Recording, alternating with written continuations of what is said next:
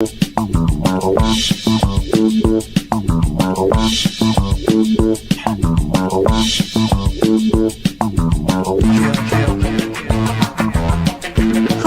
welcome to Inside the Moms Club, where being a mom is the coolest place to be. Here in the Moms Club, we believe that what embarrasses you now will make a great story later.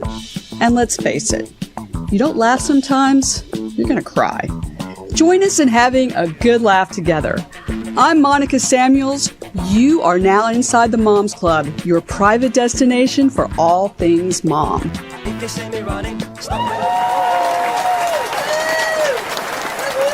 Welcome, moms. Welcome to Inside the Moms Club. I'm your host, Monica Samuels, and you will note today that I am without my co-host, Julie Orchid, who is jetting off to Europe as we speak on her European vacation, which includes a trip to the Olympics. So she's going to be in Paris, which is very exciting to me because I can't wait to see what souvenir she brings back to me.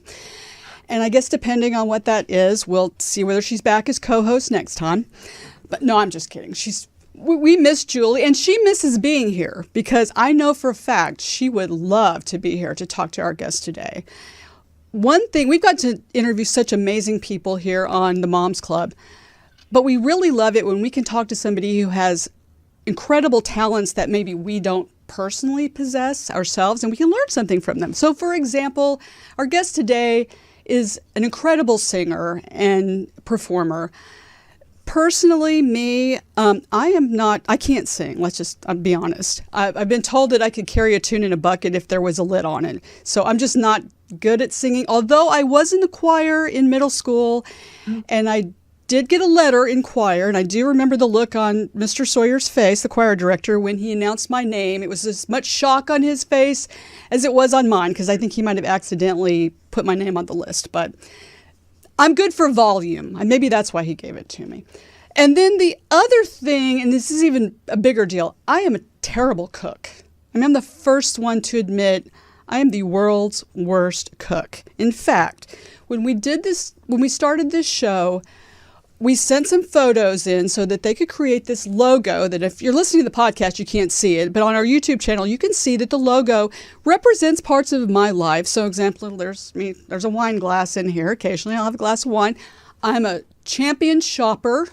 That's one of my great talents. But then I sent some photos of myself cooking. And what they came back with was a fry pan with a huge flame coming out of it, which is pretty accurate. So this is something that I'm really not good at. But I have been watching our guest's show, her new show, which we'll tell you about in a moment, and watching her on Instagram, and I'm inspired to think that maybe I could actually do this. And who knows, maybe even sing too. I don't know, but we'll see. So without further ado, I am thrilled to welcome one of everyone's favorites. She took the world by storm as part of the 90s most famous trio, Wilson Phillips. And since then, she has hosted her own daytime show, won a TV cooking competition, and helped normalize talking about weight loss struggles. And she is now the host of a show on Access called Sounds Delicious with Carnie Wilson. Please welcome the iconic, the rock legend, Carnie Wilson. Welcome to the Moms Club. That was quite an intro. Well, Carnie, we are so excited that you're here. This is, as we say here on the Moms Club, this is amazing. We are so thrilled to have you here. Thank you. First, let's hear all about your show. You're so much fun to watch. I mean, whether you were cooking or just standing there doing something else, I mean, just entertaining for sure. But how did it start? How did Sounds Delicious with Carnie Wilson? What was the genesis of that? Well, thank you for having me, and that was like the longest intro ever. I don't know. I feel like my home is, where my children are, and it used to be when I was in the recording studio, but when I started cooking, that's when I found my true place, I think. And I think it's more about the love of feeding people. And I know that's a part of the nurturing part of me. I'm I come from that family where my grandmother was a really good cook, and I remember cooking with her, baking with her, stealing her little chocolate chips. She used to get so pissed off, and because I would eat all of her chocolate chips for her cookies. But like, I don't know. I find comfort. I'm a sober woman, so I have to like do something with my hands, my creativity, and I find that it's like an outlet, and also a joy. So food excites me and inspires me. It makes me hyper. It makes me, I don't know, just it makes me feel. I know that's weird, but food makes me feel, and I love watching people eat. I know that's weird, but so. And when I was doing the show, when we filmed 12 episodes, I don't even remember half the things I said because they really let me just like, they just kind of like pressed record and then here we go. And that was really it. And you kind of never knew what you were going to get. Honestly, when I watch your episodes, you can feel what you just described. You can feel the love. I mean, Yeah. the Yeah. cooking is an experience with people that you can really share. Sure. And so your grandmother was a great cook, for what you're saying. Did you cook with your mother, or what was the experience in your own family with cooking? Because I know my mom was a great cook, and that was part of the problem because she was a great cook, and so we just ate. We didn't share in the cooking experience. Right. But did you do that as a family growing up, or?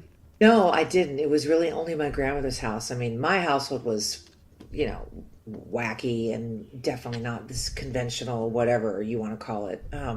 Quite dysfunctional, I would say, really dysfunctional.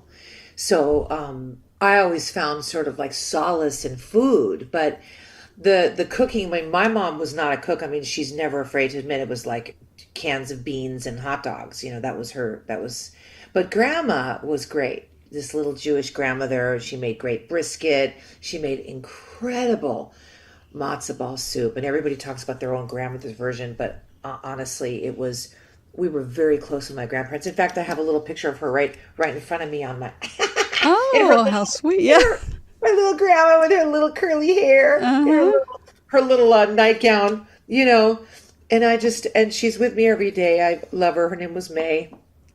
And she's the one that really was like the matriarch, especially of the kitchen. So I don't know. We didn't cook much with mom, but we could eat. We could eat for sure.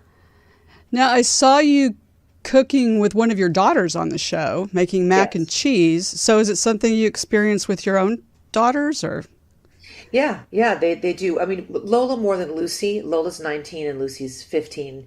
And Lola loves to bake. I think Lucy she used to help me like chop vegetables, and she was really, really like meticulous about how she was really, really good. I think Lucy could get into the culinary world at some point. But Lola is studying psychology, and now she's totally busy, but we used to bake together. She makes a good sugar cookie, that's for sure. But, they've been tasting my poor family. I mean, all I do is shove a fork in their mouth. I go, taste, taste, taste, because they have to, I want to know what they think. And because the recipes I make, I mean, I make them over and over and over again because I feel like I'm never getting to like, I don't know what I'm searching for. I'm searching for like the ultimate of everything I make, which is kind of lame, but because it's exhausting. Because at some point you got to be like, okay, it's good. Now stop. And that's my neuroses, I think, Yeah, that's kind of the challenge for me personally, is just the time it takes to do it. And I have a little bit of ADHD, so if there's more than 4 ingredients in the recipe, then I'm just overwhelmed. And my sister recently, she moved to a town in Texas. You'd think every place in Texas has great Tex-Mex, but she found the one place that it wasn't so great. So she got every recipe from all her favorite Mexican restaurants, and she decided to make the perfect Tex-Mex meal for the family, which she did. She started at 2 p.m. and she was done with everything, cleanup and everything was like 10 p.m. So then you have to decide, do I rather eat the mediocre Mexican food, or do I want to spend all day in the kitchen? And so that to me has always been the challenging part. So have you found some secrets to making that a little easier? What are some tips you'd give moms out there? Because a lot of moms, that's the challenge for everybody out there trying to cook with a family. time management is totally crazy, and I have a very erratic schedule, so there's never anything consistent for me, and that's a challenge in and of itself. So that really makes it harder. I think one of the great things is prepping, and sort of like digging around, searching around, like what do you feel like making and what can you do in advance, the steps you can take, and you can freeze things, you can make sauces in advance, you can chop vegetables in advance, cut cheese in advance, whatever it is. And then, getting up a little bit earlier. The problem with me is that I put food and cooking before exercise. And even though I've changed my diet radically since last September, radically, I'm still sticking to that. But like in the blurry background here, that's a treadmill, and I don't go on that thing. And I think that I'm not almost. I admire the women and the mothers that put exercise as a priority, which I think is smart. But honestly, I put food before exercise. That's the truth. I put cooking before it. So I will do that instead of, the hour that moms are going out and doing their hiking or whatever. I don't want to tell them not to do that, but maybe split it in half. I don't believe we need an hour of exercise every day. I think we need 20 minutes a day, and I think it's great. So maybe the other 20 minutes, prep, wash your vegetables, chop them up, put them in a container, and you're ready to stir fry later. Just stuff like that. Well, and you do. And also, sorry to interrupt you, reading recipes, follow recipes. Don't just wing it and think you know what I'm doing all the time. Just get a recipe and look at it and read it in its entirety. The ingredients, the instructions, so you know what you're doing, you know what to expect. And then you're not crazy with surprises. I have thousands of cookbooks, thousands. They take up the walls in my dining room, and I read them like they're novels. And I've learned a lot from that. I actually have thousands of cookbooks at my house too, but sadly I haven't even picked one up yet. What's interesting, you talked about exercise and that facet. You do have to schedule that for sure. So when you don't have kind time, of like sex. yeah, exactly. So when you don't have time for that, then you have to make food choices. And I have to say, you look amazing. Or l'amazing, as we say. You look great. Well, thank you. So as far as like food choices, because I know for me personally, that's the other thing. The cheating part of dieting or eating or whatever is the tricky part, because for some reason, I think that if I sneak into the pantry and pull out a couple of cookies and nobody saw, that somehow that's not going to affect me later. Like that doesn't count because nobody knows about it. So you have to plan what you're eating to, help with your weight. So what do you do? Because you look great. And the fact you're telling me that treadmill is somewhere you hang clothes or something. I mean, I can't even believe it because you look tremendous. So would you have some secrets you could share? Gosh, cheating is, I don't like the word cheating. I'll tell you why. Because I think it makes us feel bad. And if we don't stick to something so perfectly, then we're not good people or we're flawed or whatever. But that's the point. We are flawed. And life is in session. And so I can't predict, what's going to happen when I travel, if a plane's going to be delayed. I can't predict what my children are going to do. I can't predict, an earthquake. I can't predict anything that could happen. That was a weird example. But I mean, the point is, I have to learn how to roll with it and know that there are so many choices for me and there's so many options. But I do have a sort of no list now. I decided to cut out certain foods that I know are bad. They're triggers for me.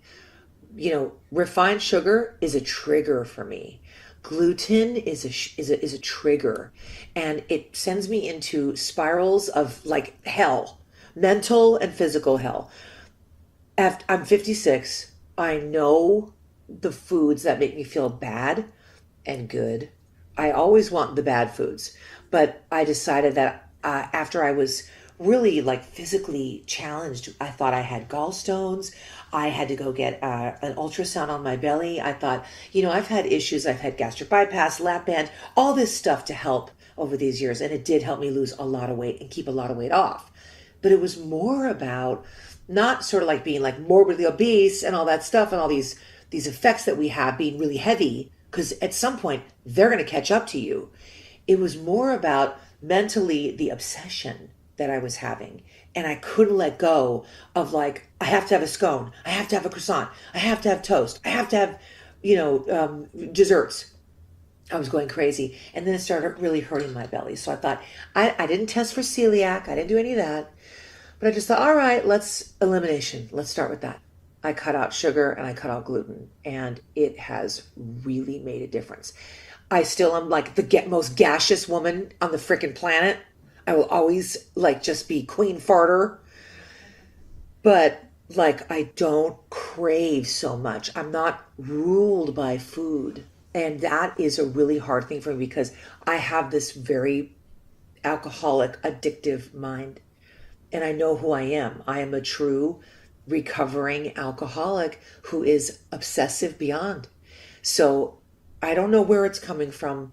I don't know how I have let go of these foods. But God knows that if I don't have a replacement that I'm happy with, I'm not going to stick with it. So I've learned the good stuff to like, oh, I can have chips and salsa. I can have my quesadillas with corn tortillas. I can have potatoes and rice. That, I am okay with that. I'm just not going to have the flour tortillas or the brioche bun or the regular pasta. And it sucks.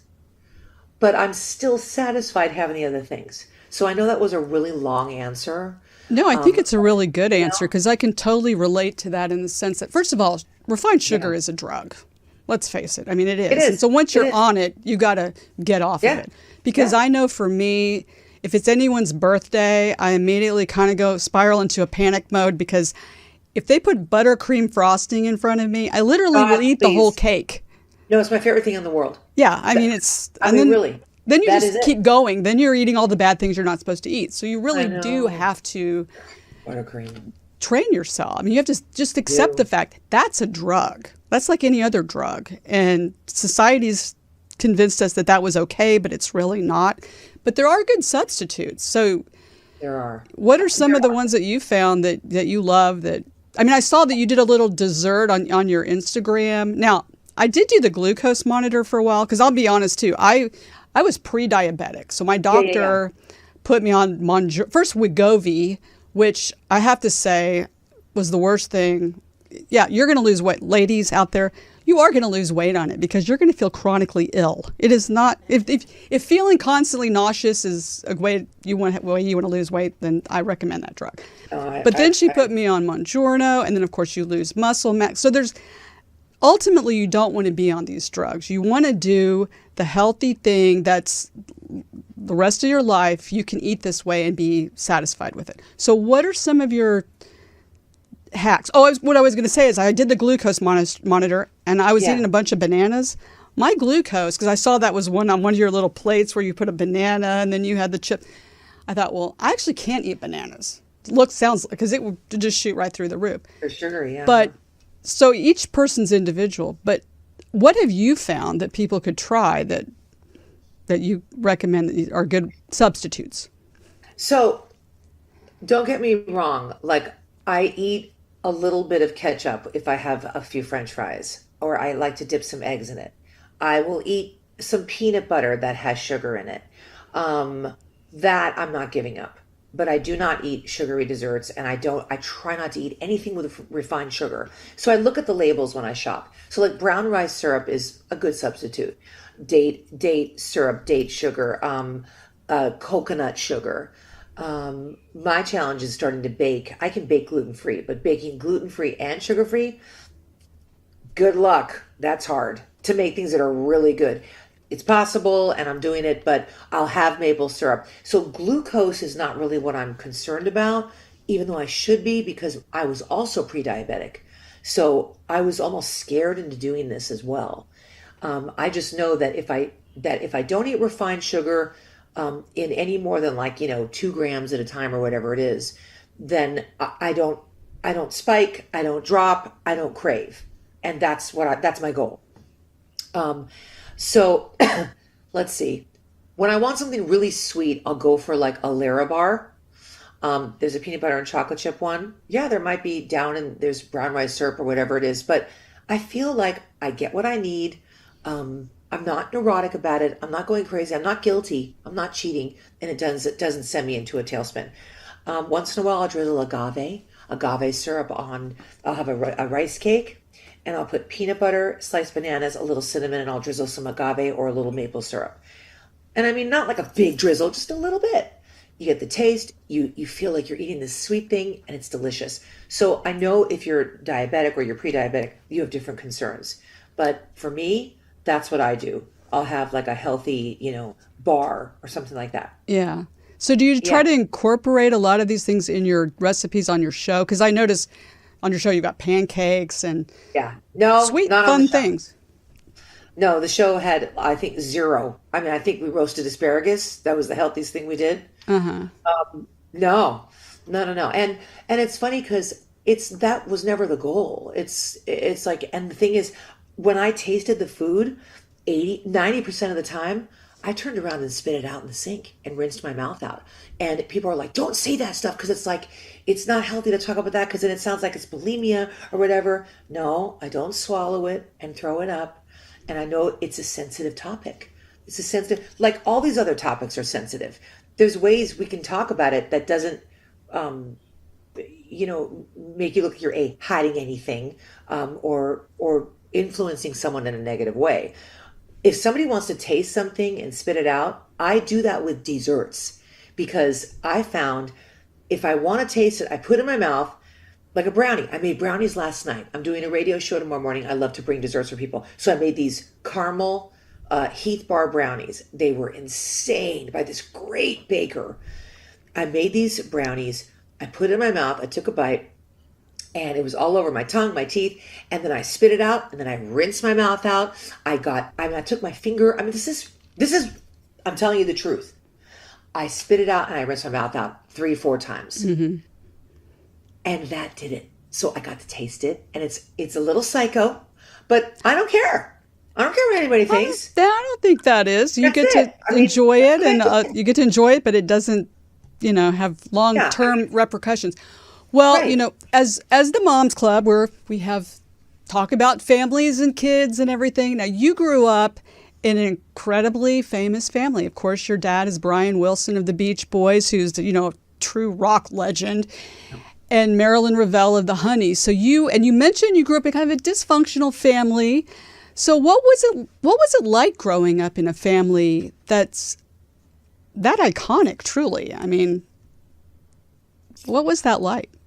Well, I mean, there's a lot of ways. There's a lot of ways to answer that. It was privileged in a lot of ways. We didn't worry about money. I went to a private school. Um, you know, I was a spoiled kid, but I wasn't demanding. Well, at my teenage years, I wanted. I mean, shopping. You talked about shopping. Oh God, and I still love it.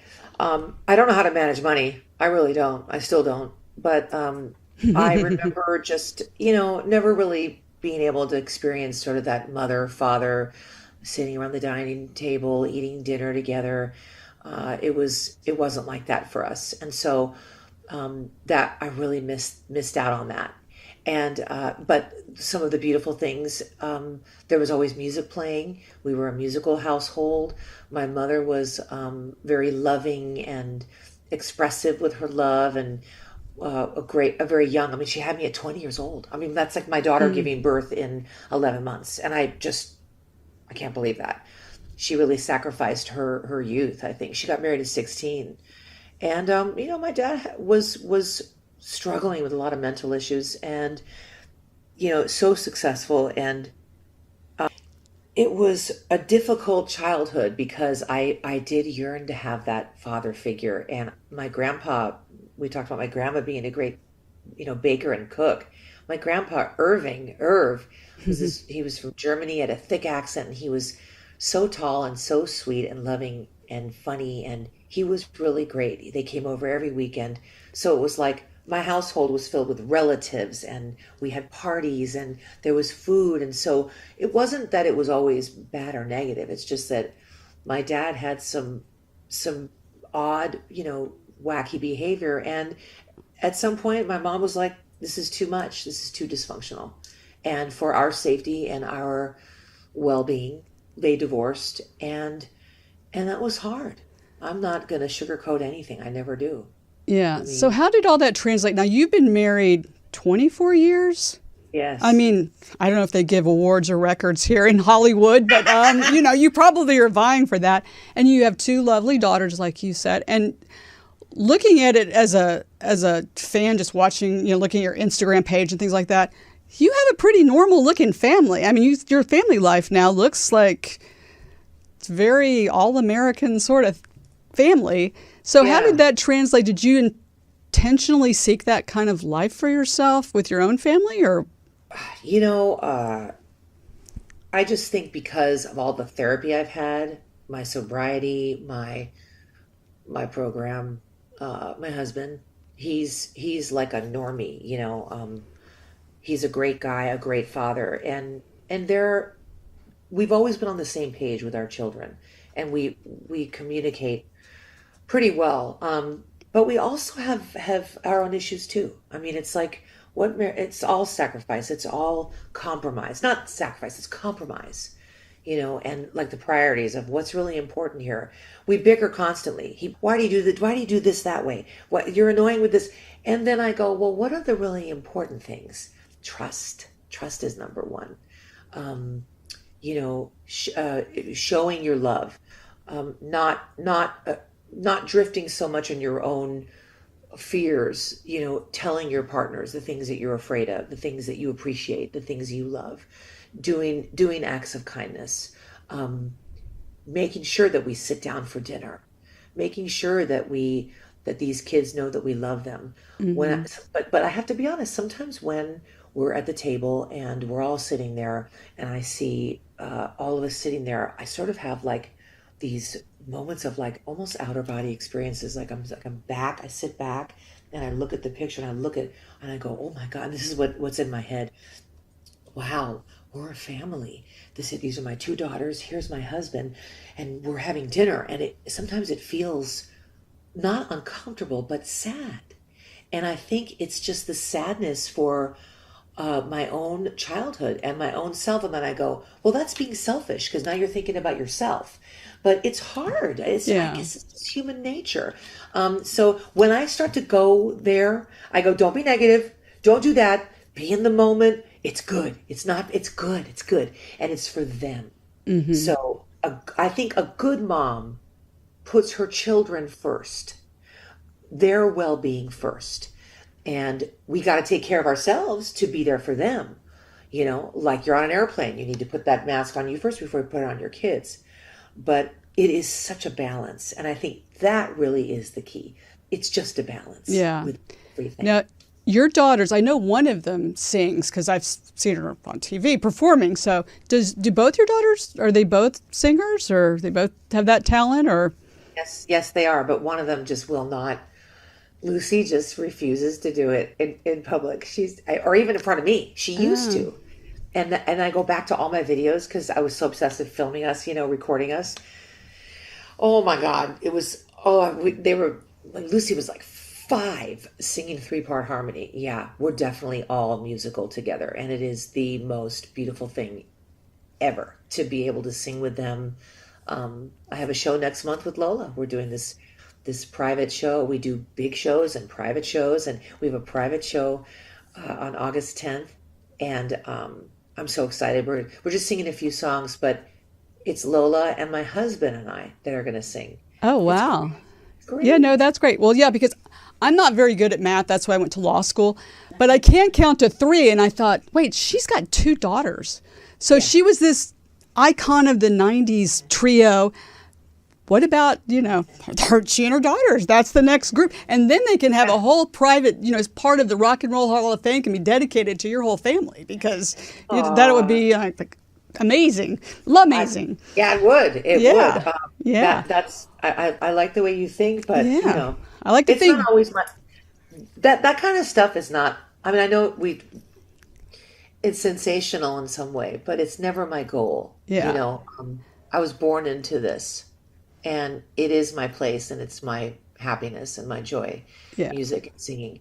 And the fact that my daughters love that too is really a blessing. And if they said to me, Mom, I want to be a doctor, I want to be a plumber, I want to be a receptionist, I want to be, an anthropologist, whatever, I would say, great. But the fact that it is music, I mean, I have to admit one thing. When the babies were in my belly, my husband and I prayed more than once. We would go, please, God, let them be musical. Please don't let them be tone deaf. Please, no tone deaf, because that would really be bad. So Yeah, you thank have God that they one. came out and they weren't tone deaf, because that Yeah, would be, well, you would have been really no, disappointed right. if I was the result. So lucky you, you've got two very talented daughters. Well, Carney, we have some other moms who would love to talk to you, and those are our Zoomer moms. So welcome, Zoomer moms. Welcome to the Moms Club.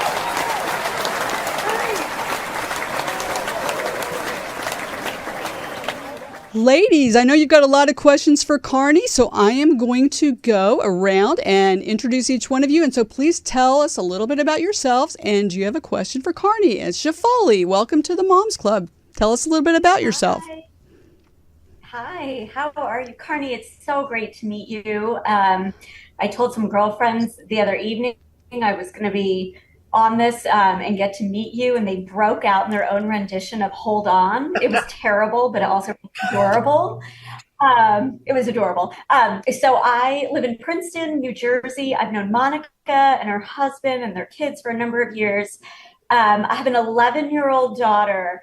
And so just hearing you talk about your girls and how involved they are in so many of the things that you are passionate about was just really special and really moving. And actually, my question sort of comes from that. Did you find that you had to sort of encourage them to do these things that you love, or did they naturally migrate to it? And I ask because I'm sort of approaching this phase with an 11-year-old who used to want to do everything that I did to now she can kind of take it or leave it sometimes. And I want her to be her own person and find her own passions, but I also want her to do things with me. That's great. That's a great question, and it's nice to meet you too. I think the for me the most important thing was always expressing to them, I don't care what you do. I just want you to feel passionate about something. Tap into something that makes you feel good, or something you gravitate towards, and that I think ultimately will lead to their happiness, because it will be authentic from within them. And they might know when they're 11, like your daughter. They might know when they're 15. They might know when they're 40. Who knows? But as long as they know that they deserve to feel passionate about something, and that something can make them feel happy, I think that now uh, it's easy for kids to become depressed and lost, because I do think COVID had a big part of that. I think it really threw a wrench in it for adults as well, and how we approach parenting them. And I do have, and my Lucy is sensitive. So, and we're all sensitive, but I think just the most important thing, like saying to them, it's really like, without putting like this negative cloud over it, like, and saying like life is short, because you get older, we always say life is short, make the most of it. You don't want to make these kids feel like they're in a hurry, or that that we're all doomed. I mean, we are, but like, we have to make the most of this. So I don't want to say those things, but I want to say to them, let's spend time together. Let's make sure, if you want to do this or you like that, go do that. But let's find something we can do together. And I'm not this poster child for that. Okay. It doesn't always happen, but just little things.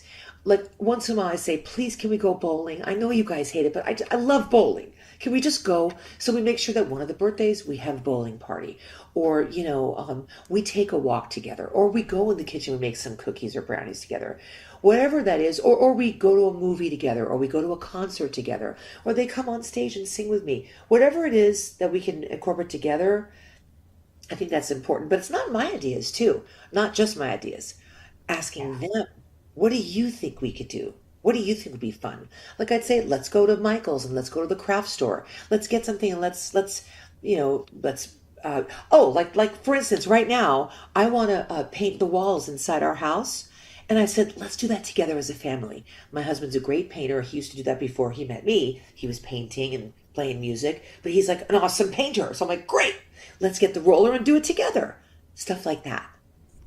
That's great. Yeah, that's great. Actually, and it's good you mentioned asking the kids what they really want to do. I think sometimes what parents do, what moms do especially, and I know I was guilty of it sometimes, choosing things that I think, well, that's going to look great on your college resume, so you need to go do whatever, and not really letting them drive it. Jennifer, welcome to the Moms Club. Tell us a little bit about yourself, and do you have a question for Carnie? I do. I have so many questions, Carnie. So ask one. Glad to meet you. So fun to hear all about what you're up to now. I live in Austin, Texas. I have an architectural practice. I have about to be a free bird. I have a child going off to college, my last, and one who just graduated from college. So I am moving into the period where my kids are adults and actually need to learn to cook for themselves. And in Austin, we like food almost as much as music. And, so there's a lot of interesting food happening here. And, I have cooked a lot with my kids, even though I am not the best cook. That was my mother's gift. And I was the kid like your daughter who was chopping things up for my mom and, just being her sous chef. Yeah. And so I'm good with a knife, but I have more time. And I've loved watching your show because the music and the cooking, they sort of go hand in hand, and you can tell that you're so collaborative. And so I know you mentioned using recipes, but how much, you're such a creative person, like how much of it are you sort of riffing off of the recipe? Do you make your own recipes? Like what do you love to do in the kitchen? Like, is it like baking is really by the book, and I can see you bake a lot, but you also do a lot of savory cooking that looks a little bit like you could get more creative. Yeah. Well, first of all, Lola has transferred now. She's going to be staying in a dorm about an hour and a half away. So she said, Mom, it could be on the East Coast because I'm in LA. So I'm like, you're right. I'm not going to go crazy. I'm going to miss you so much. So I want to ask you questions about how you're dealing with that, because I'm very, very close with her. And I know that when she leaves, and she said to me, I'm scared to go. I said, you're going to be great. And we just a car ride away, Mm-hmm. But in terms of the recipes, it's funny because I try to look at meals like protein first, right? So I sent her a meal around a protein, and I'm a little obsessive about it actually. And I think that started after I had that surgery that helped me lose a lot of weight, where we were focusing on protein, but I think it's healthy for your muscles. So protein, God, I'm always making different meals for everyone. It drives me crazy. Lucy doesn't want to eat what everybody else eats, and we kind of all have different tastes. So I start thinking about a protein, and sometimes I follow a recipe. I'll think of a chef, like I'll think, Giada has a great turkey meatball recipe, so I'll go grab her book and I'll do that.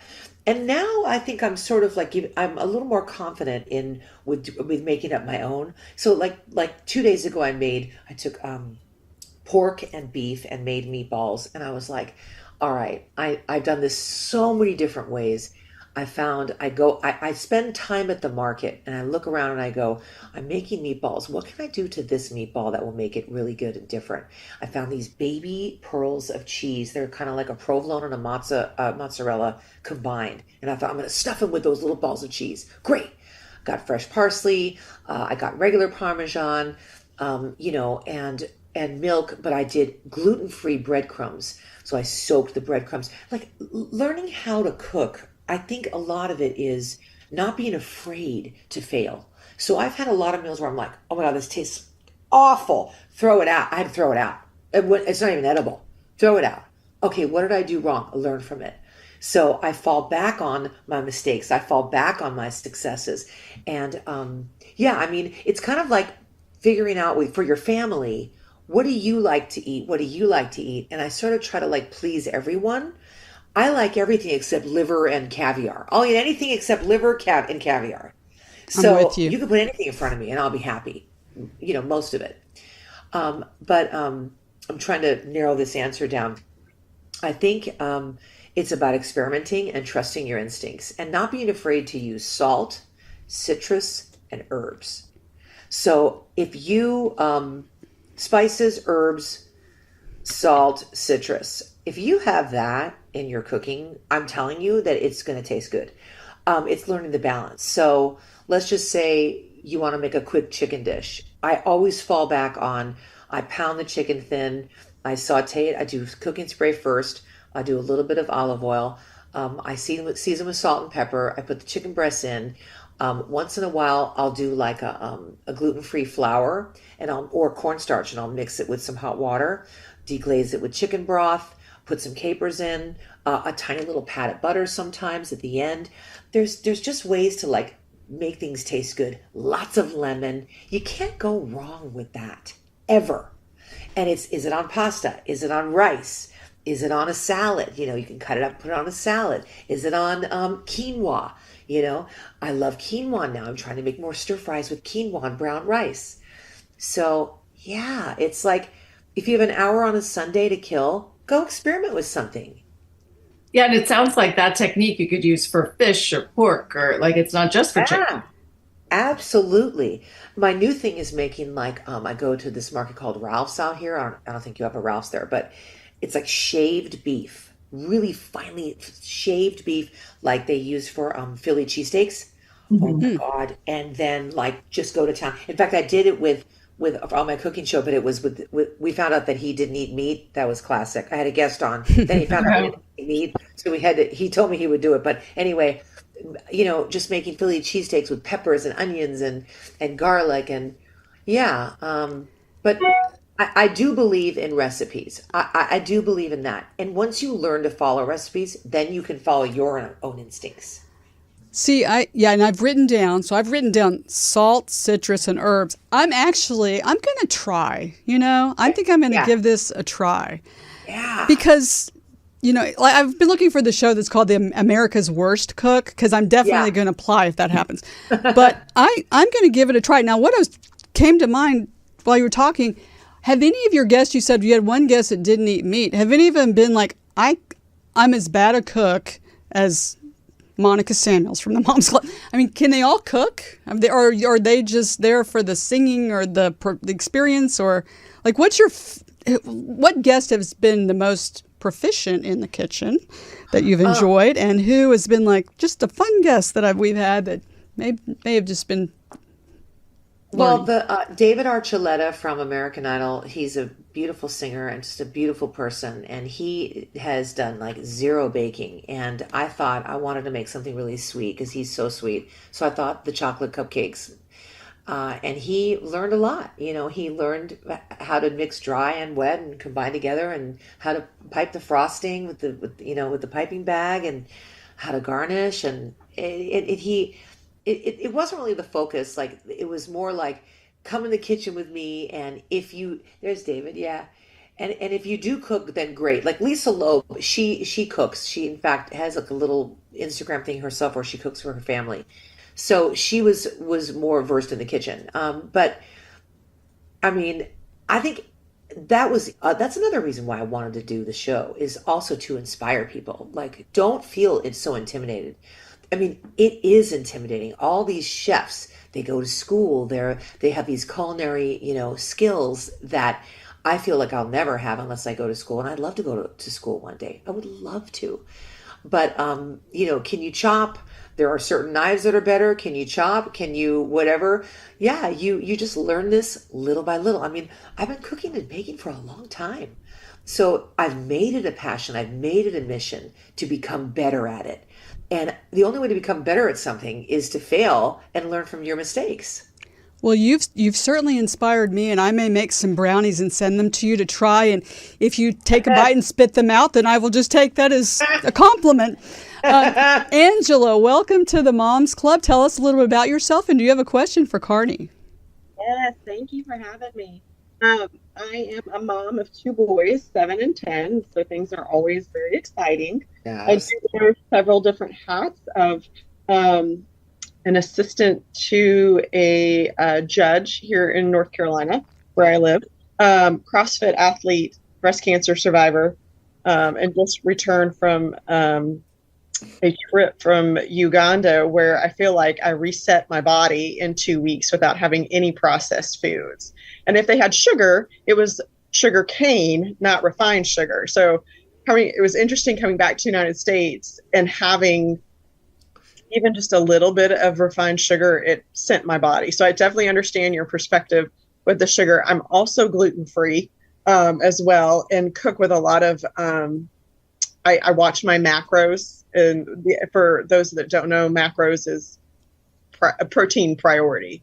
So I use a lot of protein powder. My question is, sorry, just to give you a little context on that. You did. Huh? You did, yeah. Yeah. My boys, I have two very different personalities in my boys. I have one boy who will try some vegetables. We eat pretty healthy, but they still have a snack drawer. Not a lot of chips in the house. But then I have one child who won't eat anything. And so it's a personality thing for him, not necessarily how he's been raised, because my other child will try everything. Any creative ideas besides, we've gone to the grocery store, let him pick out stuff. We've tried to get him to cook. And his famous line is, "It's spicy." For everything, it's spicy. But just to get him to try new things. We've had a 3-day standoff before with this child. Yeah. First of all, congratulations. You're pretty badass. I know that. I have the same thing. Lucy just, and I hate just talking about her, but it's I do have one child that just doesn't want to try things. It's really difficult. And as a mom, I find I go into this almost internal panic. They're not going to get enough protein. They're not going to grow right. They're going to develop diseases. They're on the trajectory's not good. The path is bad. And I find that when they get to a certain age, because I think yours are still young, right? Young. Yeah. He's 15. Right. So I try to say to them, look, when you eat certain foods, they make you feel good. So this is going to help you feel good. You want to run and play and have your energy to play. Eat some of this and it's going to be better. You're going to have more energy to run. You can play more. I try to I would try to trick them like that. Also, you got to be creative. And I'm not great in this area. I just know that so the boy that doesn't want to eat a lot, what does he like? He does very well with yogurt, cheese sticks, but he will not eat meat. He will not eat vegetables. Okay. Which is, two of the main things you're supposed to look at. What about pasta? Nope. No pasta. No mac and cheese. No pizza. No. We're down at peanut butter jellies. Okay. French fries? Yeah, he'll eat French fries and chicken nuggets. That's the normal kid thing. Oh, chicken nuggets. Okay, great. Well, good. At least you've got chicken nuggets. So I would say, wait, I'm sorry to ask, what kind of chicken nuggets? Like the store kind. I have tried to make gluten-free. I have tried to grill them. So the dinos or whatever? Right, from Tyson. Tyson ones. Yeah, I know them. That's interesting because I thought the Tyson ones have a lot of pepper. The ones that I tried, they're a little peppery. It's interesting. So he likes dairy. He likes cheese, but he doesn't like bread or pizza or carby pasta stuff. No. Okay.